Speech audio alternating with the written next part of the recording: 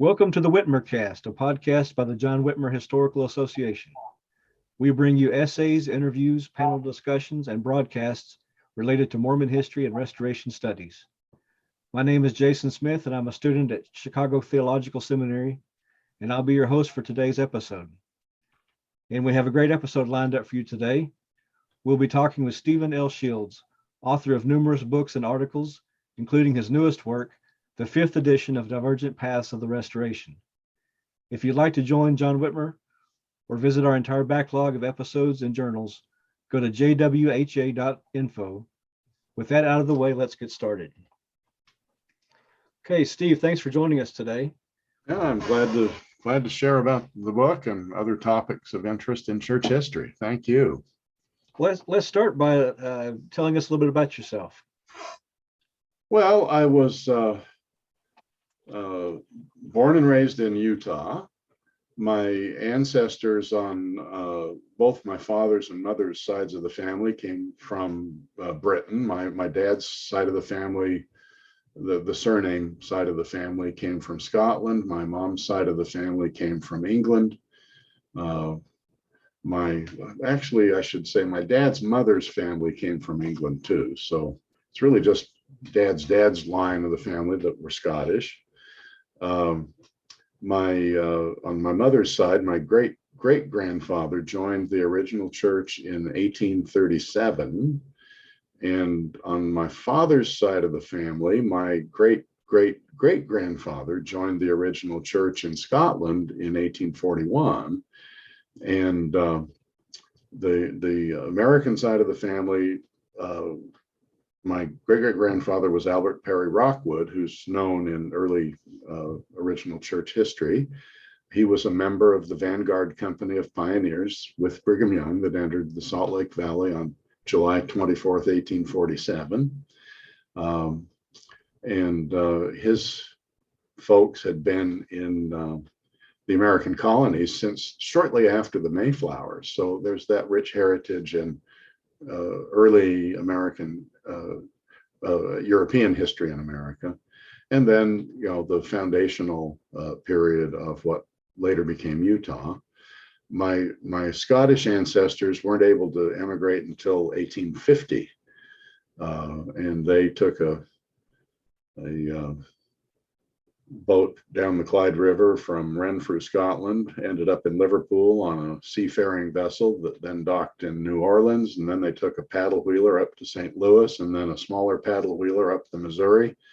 And they landed at what is now Kansas City. And they equipped themselves with all of their necessary things at Westport, which is a historic neighborhood of Kansas City, Missouri. They never went to winter quarters. The Scottish folks, they just diagonaled right across the corner of what's now Kansas and up into Nebraska to hit the trail.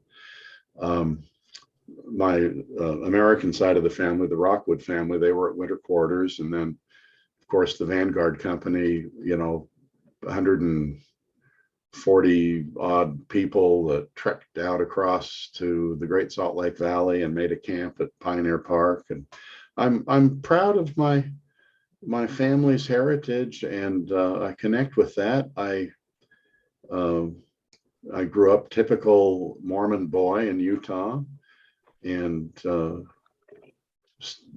found an interest in church history, and took that fuller than what my parents were comfortable with, because it caused me to question a lot of the official dialogues of what the church's history was. And by the time I was a freshman at BYU, I pretty much had self-debunked the one true successor to Joseph Smith idea.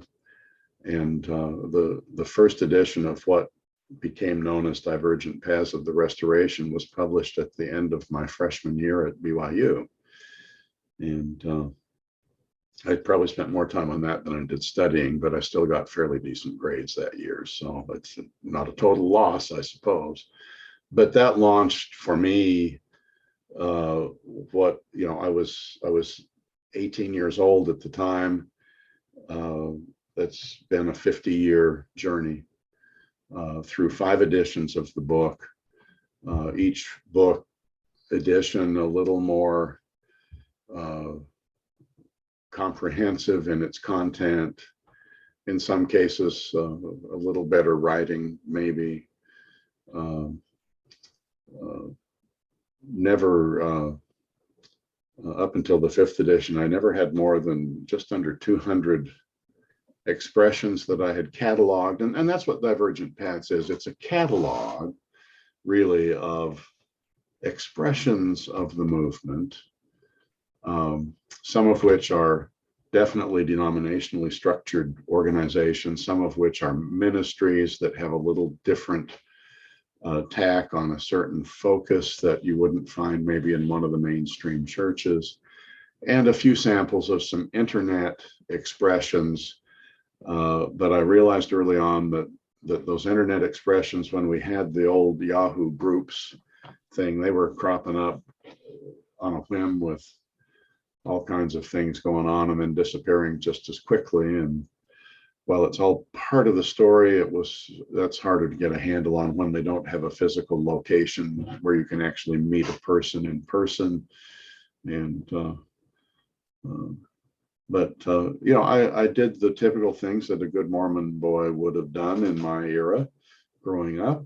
Baptized at 8, deacon at 12, teacher at 14, priest at 16. I was ordained an elder at 18, which was a little unusual in my town because they usually didn't ordain the boys until they were ready to leave on their missions. I got ordained a year earlier than that.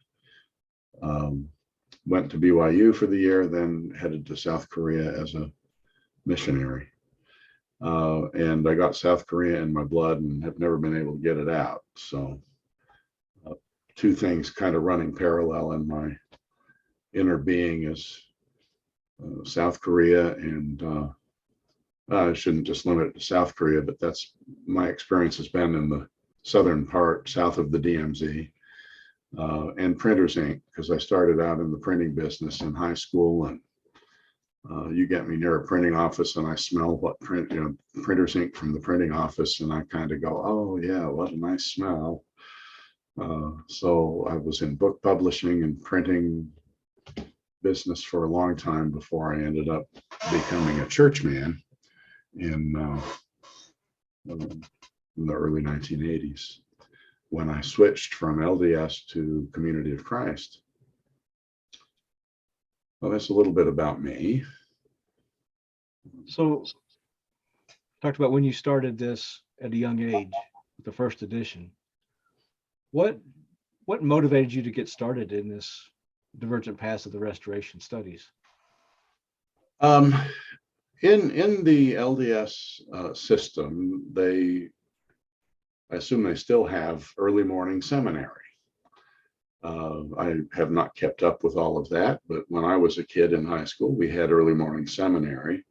But because I was in Utah, the church actually had a seminary classroom building across the street from the high school, and they offered daytime classes. It was possible for public high school students to take one class off a day and go to the Mormon seminary and get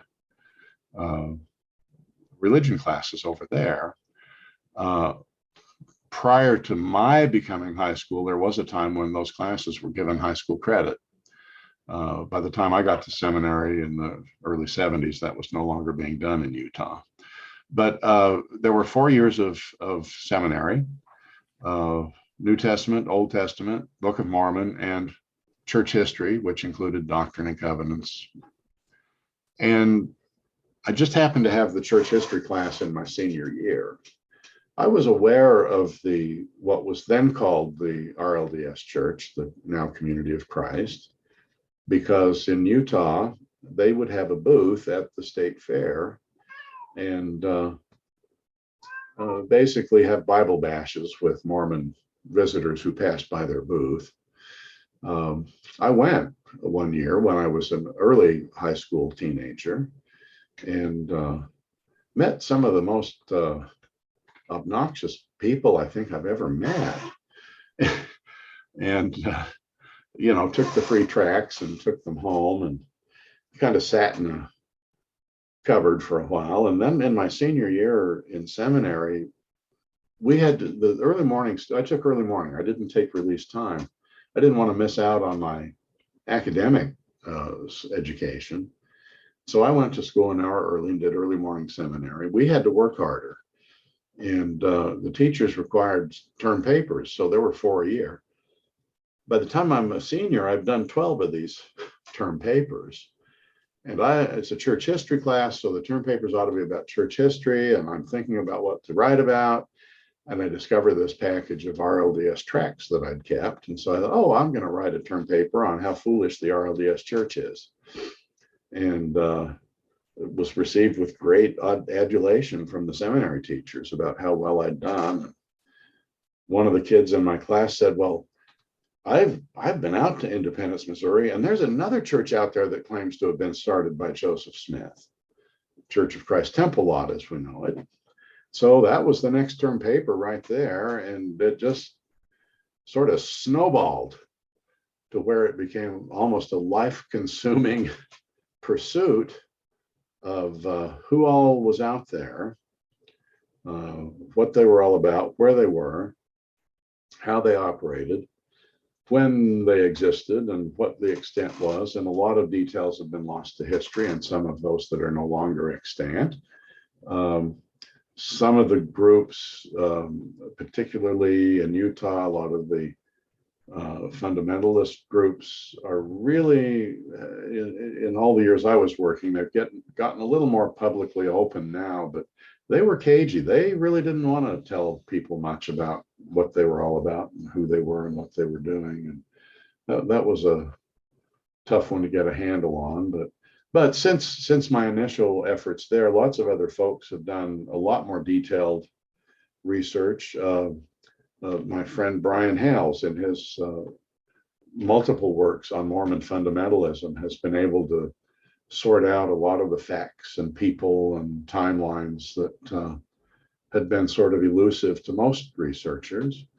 And I realized early on that the best I could do would be to provide an encyclopedia, a reference book with short snippets.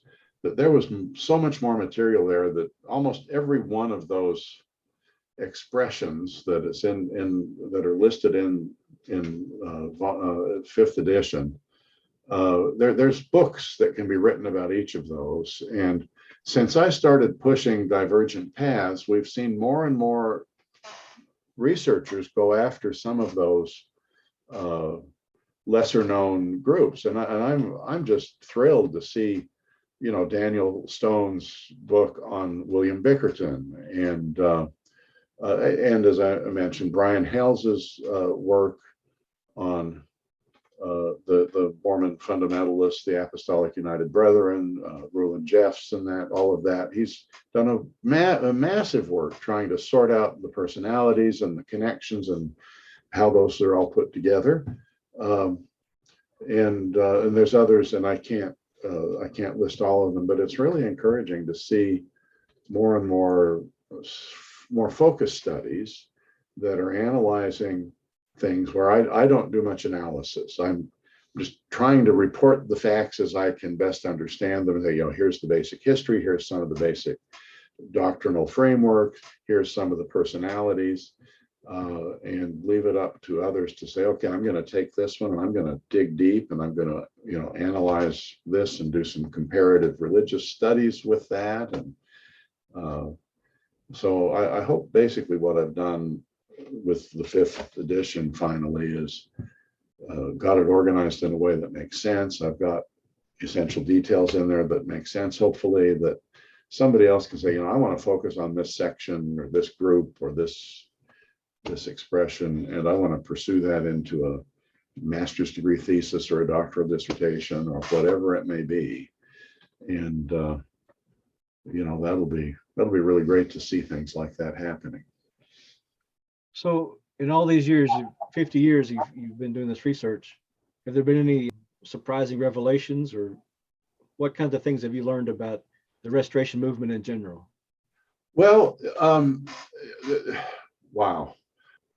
I suppose one of the first things that that sort of surprised me, but then on further reflection, it shouldn't have, was when I was a young 20-year-old missionary here in Korea, came across a disaffected Mormon member who had started his own church, and he was complete with his own book of scripture and book of revelations and visitations from Jesus, and all of his documents were in the Korean language. And he was not very successful in attracting a lot of followers, but he was just down the street from the LDS church where I was assigned, and he was quite a personable fellow. And so I realized then that, and this was in 1976, so this is early on, that if there's one guy in Korea, there's got to be other guys, outside of the English-speaking world doing other things. And one thing led to another, and I found a handful of those.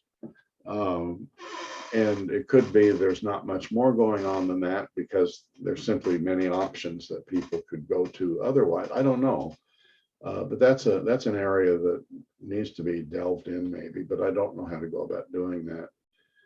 You almost need to have boots on the ground in places and get the tenor of what's going on. There's been a bunch of that happening in Africa when LDS related churches started cropping up in Africa kind of independently, and then LDS folks were sent to go look there and help them. And then when they discovered that because they were Black, they weren't going to be ordained, they started their own groups that are off to the side, but still using Latter-day Saint terminology and books. And so there's got to be more than what I've cataloged.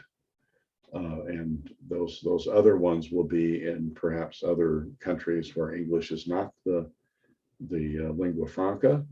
And I can do the Korean side of things, but I don't have other languages to where I could really ferret out details in those others. So that was surprising. Another thing that surprised me was that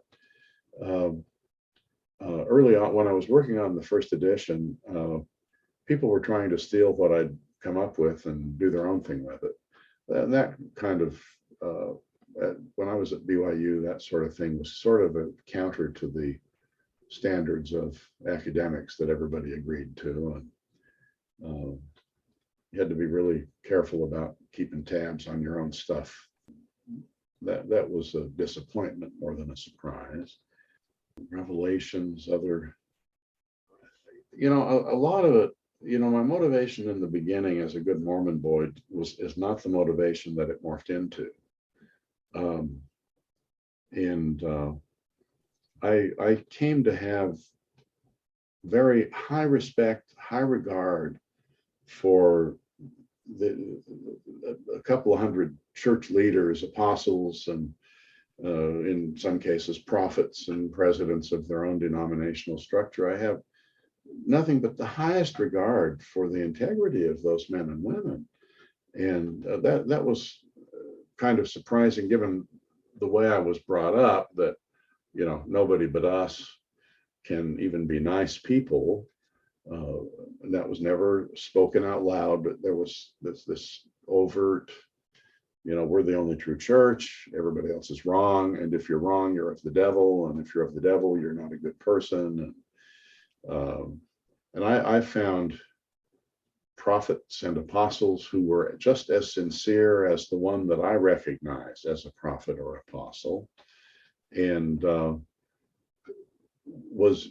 found myself just as comfortable sitting in Fred Larson's office at his church headquarters having discussions about the remnant church. And I miss Fred. Fred became a wonderful friend, and we had wonderful chats and wonderful discussions. And he was curious about how Community of Christ, which had been his former upbringing church, how we had dealt with some of the issues they were faced with. He didn't know the church history as well as I did in some cases, and sometimes would ask me to lunch and want to pick my brain about how Community of Christ was trying to deal with all the stuff that was going on in the church in India. And I didn't, there were no, top secret classified pieces of information that were on the table. It was just, he was so focused on building Zion, and some of his apostles wanted to pursue overseas missions, and it cost money to do that. And we had some good chats, and his wife Mary was such a sweetheart. And I'd known Dave Bowerman, who was one of the promoters of the Remnant Church back when Dave worked at church headquarters in Community of Christ. So I'd known Dave for a long time, and we maintained a good friendship. There wasn't even a rivalry that was ever part of the discussions. That was, that I could find friendship in the Paul Savages of the Elijah Message Group and the Fred Larsons of the Remnant Church, and so on and so forth. It always was a beautiful thing to me. The diversity that we had, but we still had come from that same extended family, was almost miraculous in some ways. That was a lot of my motivation.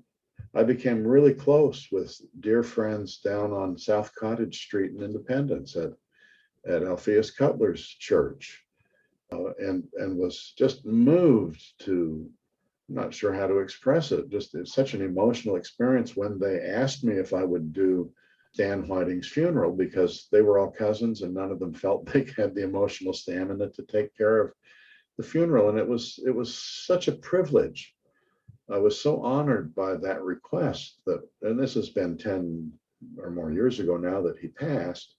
Stan had become a good friend. His wife had become a good friend. And, to be called upon as a minister to come in and be a pastor to a family that is suffering the death of not only a loved cousin and brother, but their church leader too. And that church is kind of unique in that it's a very tight-knit little family, and they're all cousins. And I was able to do ministry, give comfort to Stan and his wife in the last few weeks of his life at their home, and then at the hospice in Kansas City, and to let Stan know that he didn't need to worry about Shirley, that she was in good hands with the loving community that they had.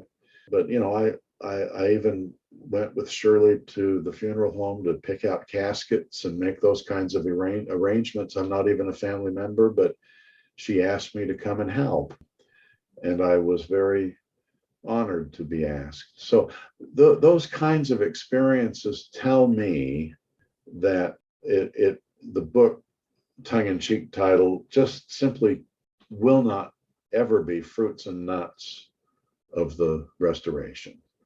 Some people have called it that in kind of a sarcastic joking.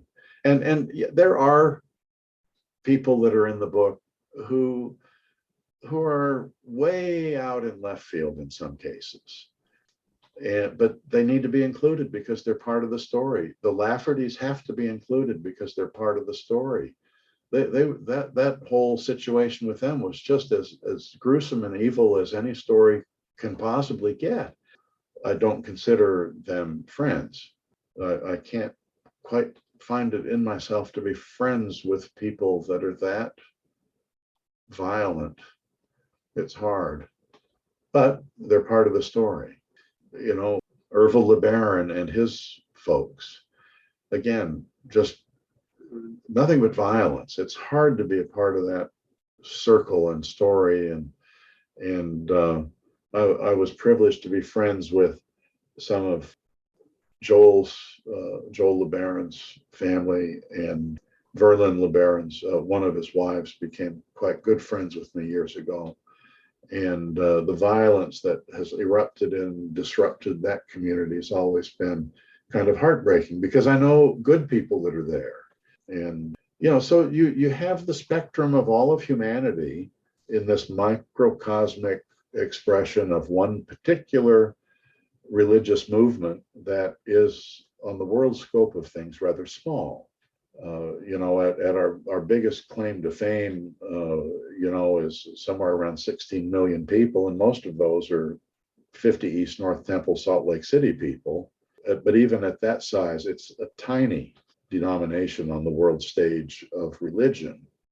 And even the Southern Baptists in the United States have 10 times that many people just in the US. So, it's the whole of the Smith-Rigdon movement is rather small, but very rich in its diversity and very rich in its the expression that God was still talking to humans. That was kind of the bottom line for Joseph Smith Jr. Even though he became restrictive about who could speak as God for the whole church, he opened up a whole culture of people being able to claim that they prayed about it and had a vision from God, a visitation from Jesus or an angel. And those stories in my book are plentiful. So there's a lot of stuff there, Jason, that just not easy to put into a simple paragraph. Well, thank you for that. And by the way, I miss Fred a lot too. Yeah. And Mary. In these 50 years of research, what are some of the obstacles that you faced, and maybe give a couple of examples of hard cases as far as gathering information? Oh, well, hard cases start, number one hard case is Colorado City. Not Rulon. Rulon was the dad. Warren Jeffs. That group of folks they've been tough nuts to crack. Really hard to get information out of them. Now, some people have become more successful by finding other avenues in. And Lindsay Henson Park at Sunstone Magazine has done an awful lot of incredible stuff there with not just the Jeffs, but the broader community that's down in that part of the world. Early on, everything was done through the post. We didn't have email, and we didn't have the internet. So it was a lot easier in many respects to write a letter and get a full response, to print a booklet and get tracts and books. Whereas now everybody's got Facebook pages and whatever, and you don't get any of the depth that a book can give. You don't get, with almost any of them, I have stacks of letters over a decade of time from Joseph Calabrese, who was one of the church representatives of the Church of Jesus Christ, Monongahela. And he was one of the 70 evangelists, and just copious letters, all handwritten, back and forth. I'd ask a couple of questions and he would answer them fully. Did the same thing with Paul Savage's dad, James Savage, at the Elijah Message Church. James Savage was probably the number one follower of W.A. Draves. And I got some letters from Draves too, but Savage was the correspondent, the secretary in the office at the church, and handwritten letters, just volumes and volumes of handwritten letters back and forth. Now with emails, it's like, well, how do you put an email in a file for later research? Well, you print it out, I suppose, or you find ways to do it all electronically, but it has lost a lot of the personal touch. So I think the internet in a lot of respects is a stumbling block to the quality of research that can be done when you're actually making a trip to Independence and sitting down in somebody's living room or around the kitchen table talking about John the Baptist coming down the stairs, in 1937 and hearing it, right firsthand. Then you get some, and it's a stumbling block issue where people get so angry at the others that they become anti the other. And so you really don't get good quality information. You just get anti-diatribe from them. That's not helpful in trying to sort out an understanding, of what people are trying to do.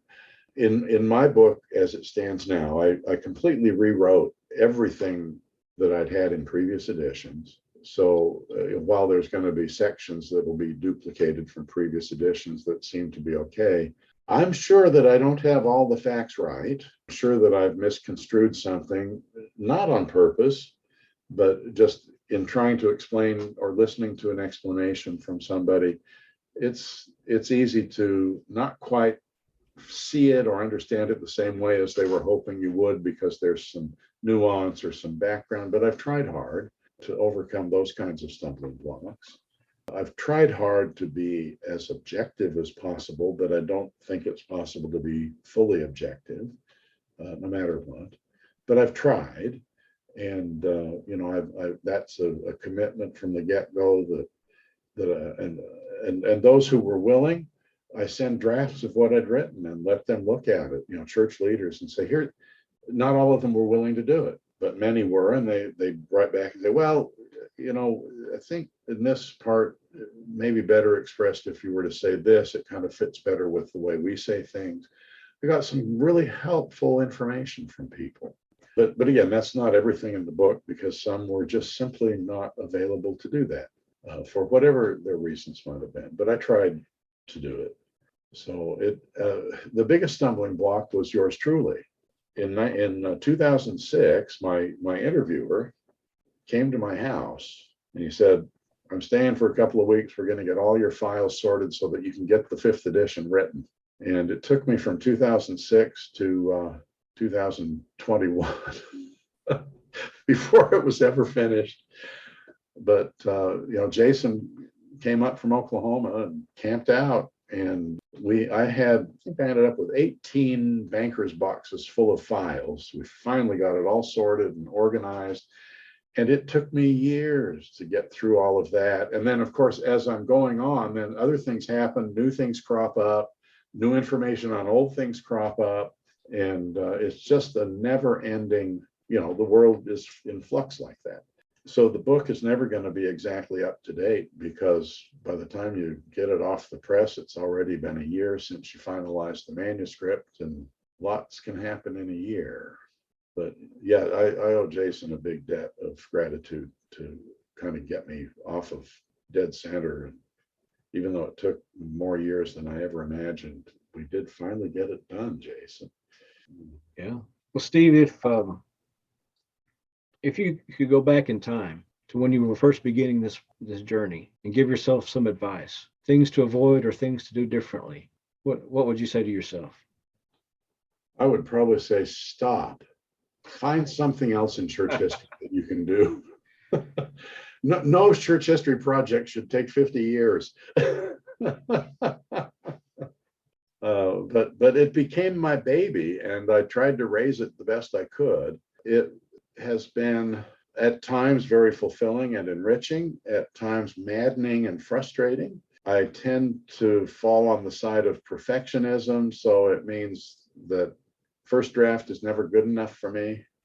What you're seeing in the final version of the book, which is available in ebook form from Amazon and Barnes and Noble both, is probably the 10th or the 11th or maybe the 12th draft of the content. Figuring out a way to organize it was just excruciating. There was nothing that seemed to just rise to the top and say, here's the magic answer to all of this, because not everything fits into a simple slot. Would I do it again? I probably would. I've enjoyed it. It's been this driving passion. And if you look back in the Mormon history, I've not had much in Mormon history journals, but in John Whitmer journals, where I've had most of my papers, but it's always on a topic related to the book. There's very rarely that I've deviated from that. But that was what I was doing. That was what was consuming my interest and attention. I amassed hundreds of file folders of information. It's now all been cataloged in the Community of Christ archives. I've got, there's actually 3 parts to the collection now. And I've probably got, except for church officials, I probably have the largest linear foot collection of documents in the Community of Christ archives of anybody else. Again, not First Presidency files, bishoprics files, those kinds of files are going to be much more extensive. But as a single individual who was never in those leading ranks of the church, I think the Shields Factions collection is one of the largest that they've got there. So it's got, I must have close to 40 archive boxes, maybe a few more than that, which is huge. It's a ton of stuff. And it's very helpful for researchers too. Well, yeah, and researchers can go dig through all that. I've got a a bunch of the files, and it's not the whole collection. I've got a bunch of the stuff on a DVD-ROM. Over the years, it was more practical sometimes to keep e-copies of stuff than printed copies of stuff. And so, but you've got to have both, because it's not a comprehensive scan of it's not a digitization of every single sheet of paper in the collection. So, and then all the church periodicals are kept in a different section of they're in the closed stacks of the library. So they're not the periodicals that I amassed over all those years from all these different organizations are all cataloged by title in the periodical room next door to the archive room. So I suppose if we counted all that, there'd be even more linear feet of stuff of things that I've collected. So, but it was good to be able to firsthand know many of the actual firsthand prophets and seers and revelators of many of the groups that were newer, but most of them are gone now. So, W.A. Draves, I knew well. He's been gone for 20 years. His son, Leonard, I knew well, and Leonard has been gone for a few years now. But I was able to know many of those early, second, third generation church leaders that are gone now. So there's some stuff that can't be redone, but there's new people to interview and talk to, and organizations are always dynamic. They're changing, responding to the societal pressures around them. Stuff's not needing to be updated once in a while too, as especially the larger denominations kind of relook at who they are and what they're about and refocus energies and find new priorities of mission and how they go about doing it. So the signature books asked me, well, it was Gary Bergera before he retired. He said, so who's the younger generation, Steve, that we can go to for the 6th edition? Because you're obviously not going to do it. So we the signatures attitude is that, every 10 years, this book probably should be updated with a new edition. But with the new management, we'll see. That was Gary. Gary was interested in the topic. Is the new management that much interest? Gary and George Smith both. So we'll see what happens. I'm ready to. At this point in time, I just want to let the thing rest for a while. I'm not actually accumulating files for a new updated edition. Not yet. Well, let's talk about the new edition for a moment. Yeah. To those that are familiar with the previous editions, which is a lot of folks that have really come to love those editions. Yeah. What's new and different about the 5th edition?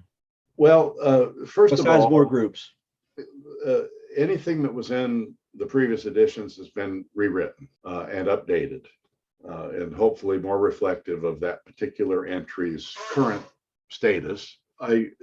Probably the biggest change in appearance is the decimal numbering system that I came up with to organize the groups into sections, the expressions, and then to do a chain of how they come down the line, sort of like a pedigree chart.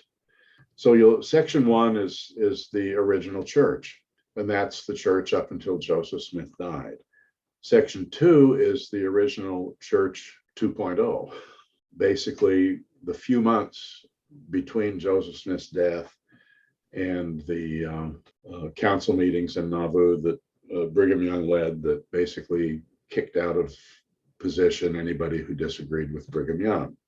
And then we move into section 3 being the Strangites, and they're done chronologically, who emerged first. And Brigham Young's church does not continue uninterrupted from original church 2.0. And I've had some mixed responses from LDS folks on that, who feel like I've misconstrued church history as they would like it to be presented, but I stand by my numbering system. So if the first group is 1.0, then the first group who left and went off in a separate direction is 1.1.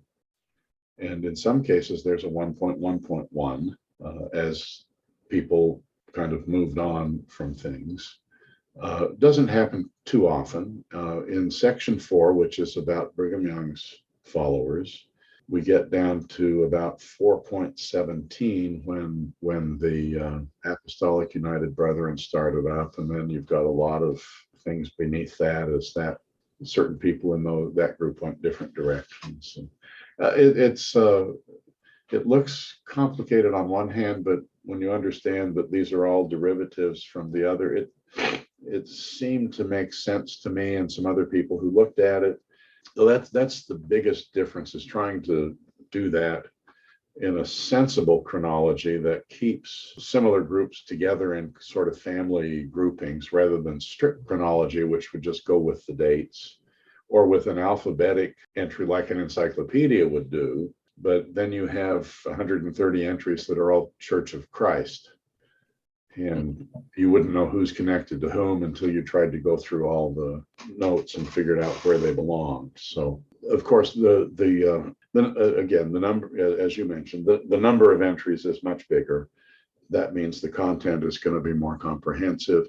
I also included, though, some appendices that have documents in them that are relevant to more than just one expression. And so there's some extensive appendices that deal with elements of, for example, the articles of faith and practice that were adopted by the Church of Christ on the Temple lot, but then have been used almost intact by all the other groups that kind of come from that heritage. It seemed to me there was no reason to repeat it in every one of those entries, so I moved it to an appendix. The section that's at the very front of the book, called Before You Begin, is critical to understanding the premise of the book and who's included and why they're included, and to make clear that I'm not suggesting that each of these is a group per se, but that they're expressions of ministry that are related to the movement overall. Had a kind of a testy conversation with a woman who was promoting a kind of a Hebrew version of Mormonism. And she said, we shouldn't be listed. We're not a group. And I said, well, I understand you're not a group, but you're not being listed because we don't just list groups. We list all these other expressions. She was not satisfied with that, but I couldn't do anything to make her happy. But, there's the sociological dynamic of, cult, sect, denomination, whatever. I said, that's not helpful in this discussion. You have several organizations that have full organizations that could easily be called denominations, but yet they still exhibit sect-like qualities sometimes. So I've tried to distinguish some of that. So that'll be different in the book. There's a handful of photos, but it wasn't primarily, we weren't trying to take up space with lots of photos. The ebook itself is 1,024 pages long. Now, if we stuck with an ebook, it could be 2,000 pages long. It wouldn't make a lot of difference. We could stick in a lot of photos. But if a print edition had been done at 1,000 pages of print, that was 2 volumes. And that's pretty challenging when it comes to printing and keeping prices at something where people can, other than libraries with huge endowments, can buy them. What else is different in the book? Oh, rather than a strict index, I have several finding keys. And so we've listed alphabetically all the churches, but with the code number that refers to the main entry. We've listed key personalities that are mentioned in the book, again, with the code numbers as to where they show up. Not using page numbers as the index, we're using the serial numbers of the expression. Location, US, other countries. What other finding keys do I have in there? Those are the major ones. You have one by scriptures. Oh, by scriptures. Yeah, that's right. There's the scriptures. Yeah. So there's a lot of different approaches at finding the information you're looking for. I've had several people who've read the book say that it just, in the way it's laid out, it's just something that's very readable. And they've sat down, and I've got a friend, he says, well, I finished section 5 tonight. Now I'll tackle, but I skipped over section 4 because it's so long. I'll go back and tackle that next.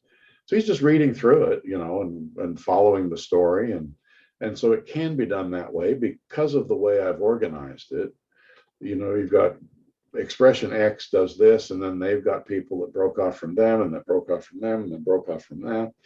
And, so you can kind of follow a story of a microcosm within the whole. So, I hope it's interesting reading. My writing style is probably not, I'm not going to become Stephen King in bestsellers, but hopefully it's a readable, not too dull presentation of what we're trying to do. And I wanted to ask you about the subtitle. Oh, the subtitle. And the Smith-Rigdon movement. Yeah. You briefly describe what you mean by that. Yeah. As I've worked in this area for decades, most of my adult life now, all of my adult life. If I became an adult at 18, it's been all of my adult life. Well, that's a revelation right there. Wow. Putting that into numbers. I learned early on that the Alexander Campbell Barton Stone restoration movement, and the word restoration movement itself, meant a lot more than just how Joseph Smith's followers had co-opted it. Yes, it was a restoration movement of sorts, but as I kept digging into that, I came to the realization that whole idea of restoration never came along until Sidney Rigdon came along.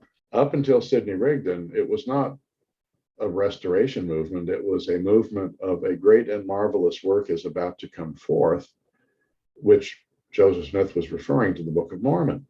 When Sidney Rigdon got involved, we suddenly start picking up language that was typical of Alexander Campbell and Barton Stone's language, Walter Scott's language, who was another one of the great restorationists of the era. They were all contemporaries. We start hearing language of the Ancient of Days. It just struck me. And then as I dug further and further, came to the realization that it was, had it not been for Sidney Rigdon, what we know as Mormonism today probably would have died out 150 years ago. Joseph Smith was not able to articulate a sound theological framework. And the lectures on faith, which for almost 100 years were published with the Doctrine and Covenants, that was the doctrine part of the book. As we come to find out, they were really primarily written by Sidney Rigdon, not Joseph Smith. And then as we look further into all of that, Sidney Rigdon is appointed in Revelation as Joseph Smith's mouthpiece. That's a pretty powerful position in the hierarchy of the organization. The inspired version of the Bible. Alexander Campbell had published his own revisions of the Bible in 1825. That was not new knowledge. That there was no surprise that the King James Version wasn't really the best translation to be used in 1820s America. The book was over 200 years old and used archaic language. Sidney Rigdon brought all of that with him when he hooked up with Joseph Smith. And Joseph Smith's little group of farmers, some of them well-heeled, with no question, the Whitmers and Martin Harris had money.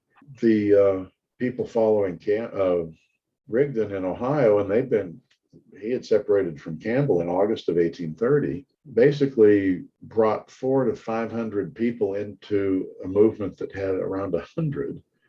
And pretty soon it was Sidney Rigdon's people that had the majority. The four writers of that early generation, Sidney Rigdon, Orson Pratt, Parley Pratt, and Joseph Smith, three of them were Rigdon people who had all been raised in the Campbellite tradition of restoration. If you look at the first apostles that were called, and half of them were Rigdon's people who'd all been raised in the principles of Alexander and Thomas Campbell's ideals. Sidney Rigdon was a close colleague and friend of Alexander Campbell. They traveled together, they preached together, wrote articles in the church paper together for 10 years before Rigdon gets hooked up with Joseph Smith. And when you start looking at the literature that was being spread around by Walter Scott, their missionary, and all of this and that and the other, the millennial harbinger might as well have been the messenger and advocate, because you see very common themes, well, because it was Rigdon that was writing the bulk. Rigdon and Pratt and the Pratt brothers, the Pratt brothers were students of Rigdon's. He had trained them to become ministers. I don't think we who follow not Campbell, but the Joseph Smith trajectory should be afraid of that. And so instead of using a language that pockets us in one particular rubric of interpretation, which is our own internal rubric, well, we're the Restoration. I have been arguing for the last few years that we really, as the Campbellite, disciples of Christ, Christian churches, churches of Christ, came up with an academic label. You go to church and they don't say, oh yeah, we're the Stone Campbell movement. Only church historians use that to talk about church history. Like, it'll bleed over into some astute people who've been reading the church history journals. But I feel that we need an academic label. And I argue that should be the Smith-Rigdon movement, Smith-Rigdon Restoration movement. And that lets us have the restoration part of it. But it also gives us an academic category that clearly says we're not Campbell Stone people. But when you look at the basis of what the two movements were doing, there's a lot of similar things that were going on in the early years. There was a lot of borrowing on our part, I think. I don't think Stone Campbell borrowed anything from us. They'd already done it all. But I think calling us the Smith-Rigdon Restoration movement gives us an academic title that is sort of one step away from being doing nothing but apologetics. And I think the Mormon history community and the books that are being published, we need to move more away from apologetics than we've been doing. There's been a lot of movement in my lifetime, but we need more critical thinking and not just apologetics. And this is one way to maybe get at that. Okay, thank you. We have a couple more questions before we close. And I wanted to ask you, in your years of research and with the new book, what would be a kind of a primary takeaway that you hope what people would take away from reading the new book or other books that you've written?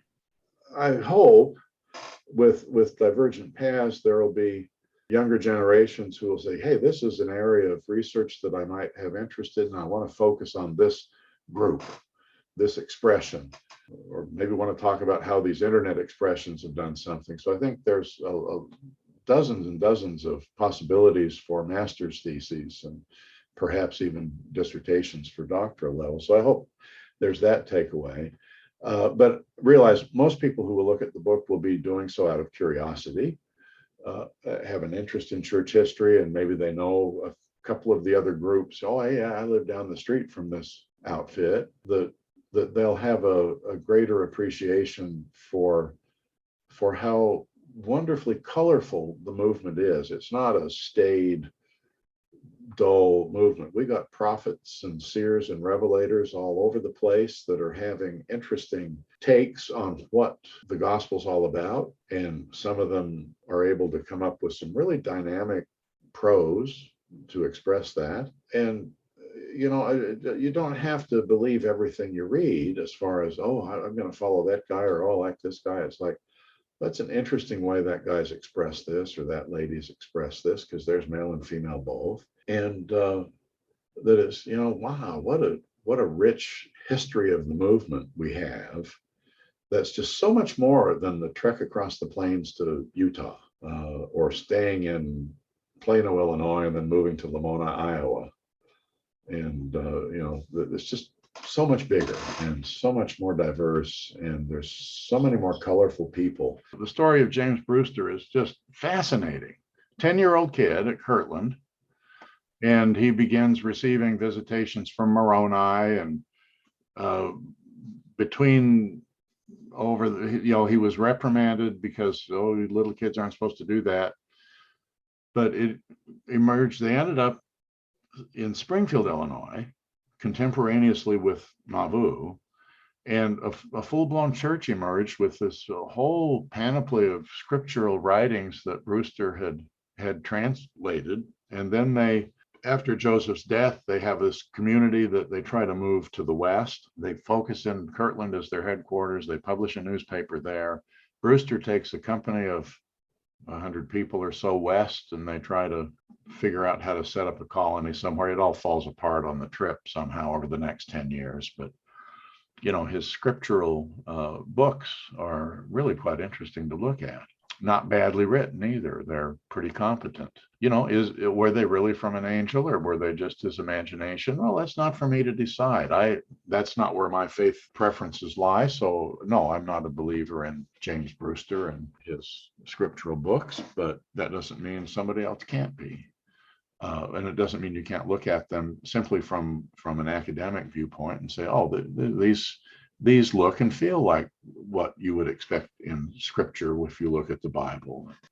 There's people like that. Then there's people like Chris Nemelka, who in recent years has gained lots of fame and infamousy over his stuff. But his two massive volumes on the Book of Lehi and the sealed plates of the Book of Mormon, nobody can just sit down and write that stuff unless they've got some tools in their head to do it with. And just the literary production itself is massive. There's other parts of the story that just, don't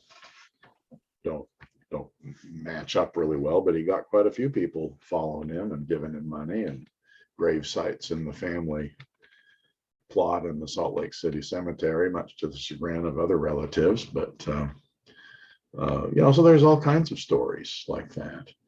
This TV series apparently that's gaining quite a lot of traction, Under the Banner of Heaven, in the States. Yeah, maybe there's another movie series in this book. Who knows? So, Steve, if somebody becomes inspired by your book and your work, what advice would you give them if they want to do similar research? Well, just you got to be prepared for the long haul, I think. It's once you start uncovering details, they don't stop getting uncovered. And at some point in time in my work, I just had to say, no, I've got to cut things off at this point, because if I don't, I'll never finalize the manuscript, because more stuff keeps coming all the time. So it kind of becomes a never-ending project. And if you don't find some strict boundaries for what you're trying to do without a good focus, you'll never get anything done at all. And this fifth edition was very much in danger of never getting done because of that. And it just, I didn't, because I was working full-time and traveling a lot for my job, I didn't have a lot of time to just sit down and focus. It shouldn't have taken from 2006 to 2020 or 21 to finally get it finalized, but it did because of that very problem. I'd work through boxes of stuff, and then I'd have to go back and repeat some stuff because new information came to light. This particular project was, the fence posts were way out there. I don't think that was the most helpful, but I couldn't see any other way to do it. But I've done it, so don't repeat what I've done. Find parts of what I've done, get tighter fence posts, a tighter focus on some very specific areas, and then go for it. And you might actually finish your project in a timely manner. So, final thoughts? Is there something that we should have talked about that we didn't? People who were helpful to me in getting this project done. There's three particular people I would like to mention. Is this okay to do it now? Sure. Okay. Well, the first one is sitting here with me in the interview, and that's Jason Smith. And I mentioned his efforts before, and that it didn't just stop there. Over the years, there have been, hey, I found this, or hey, have you come across that? And they're, sending stuff along. That was part of the annoyance, because I thought I'd finished that section and had to go back. But that's the nature of the beast that I decided to tackle. Two other people, Alan Unsworth, who may not be too well known to some, but he's another really helpful. He helped set up a kind of a Wikipedia sort of a thing to try and keep track of all this stuff. And but Alan was really a good helper in finding, letting me know of things that happened. Another good friend who goes back almost 40 years is, no, he goes back 40 years. It is 40 years this year. John Dawson in England. John is a dear friend. We've met in person only 2 times in the last 40 years, and that's been when I've made trips to England. And, in one case, a trip was in conjunction with a Mormon history tour, Mormon History Association meeting and tour. And another case was a family trip to Scotland. And I couldn't be in Scotland and not drive down to where John lives and spend a day with John. But for decades, John was writing letters and picking up pieces of information from some of the same kinds of people, but he'd sometimes get different information than I got because of questions that he'd ask. So those 3 men were just absolutely critical in getting this book done. And I appreciate every one of them. Jason, especially you, for lighting the fire underneath me to get me going again. That was. Well, I've told you before, but your 4th edition, I think I came across it in 1991 or 2. And it's what lit my fire to get into Mormon studies. Yeah. Yeah. So I owe you quite a bit. Well, thank you. So yeah, that's, and my family over the years has put up with it, and all the dozens and dozens of church leaders who corresponded. To try and list all the names would be impossible. There's a lot of good people interested in the project. Well, Steve, last question. If people want to get in touch with you, how can they do that? Oh, I prefer email. And you can write to slshields@gmail.com. Be sure Shields is spelled I before E. And your book is available on Amazon and Barnes and Noble, right? The book can be found at Amazon and Barnes and Noble both.